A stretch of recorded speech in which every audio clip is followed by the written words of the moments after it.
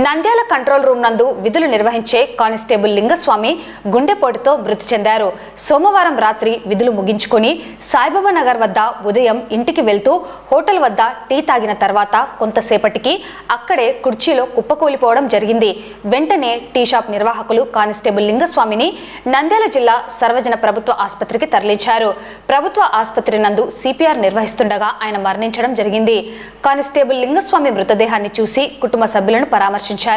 విధి నిర్వహణలో ప్రాణాలు కోల్పోవడంపై విచారం వ్యక్తం చేశారు. లింగస్వామి హెడ్ కానిస్టేబుల్ 2707 పీసీఆర్లో గత 6 నెలల నుంచి పనిచేస్తున్నాడు. ఈరోజు రాత్రి నైట్ ఉద్యోగం చేసి 7 గంటలకు ఉద్యోగం దిగి ఇంటికి వెళ్ళాడు. తర్వాత 8:30, 9 ఆ ప్రాంతంలో ఫ్రెష్ అప్ అయి మళ్ళీ బయలుదేరి బయటకు వచ్చాడు. జస్ట్ ఏదో కూరగాయలు కానీ ఏదైనా పళ్ళు తీసుకుందామని వచ్చాడు. పళ్ళు అవన్నీ చూసుకొని అతనికి దగ్గర హోటల్ ఉంది, సాయిబాబా నగర్ దగ్గర.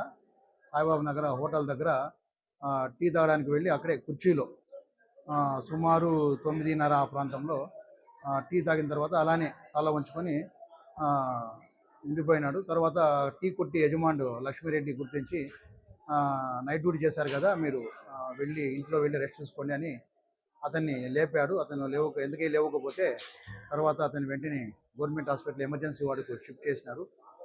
ఇక్కడ సిపిఆర్ చేస్తుంటే అతను మృతి చెందినాడని మాకు తెలిసింది. అతనికి 2 కూతుళ్ళు, 1 కొడుకు సంతానము. భార్యకి వాళ్ళకందరికీ సమాచారం అందచేయడం జరిగింది. వాళ్ళు రాగానే ఏదో కొత్తపల్లి దగ్గర వాళ్ళ అంత్యక్రియలు జరుపుకుంటామని తెలుపుతున్నారు. అతనికి ఏ విధంగా అంటే మా సూపర్ ఆఫీసర్కి అందరికీ తెలియజేసినాం ఇవన్నీ విషయాలన్నీ. కాబట్టి ఏదైనా ఆఫీసర్స్ తగు చర్య తీసుకొని వాళ్ళ కుటుంబానికి న్యాయం చేస్తారని కోరుతున్నాను.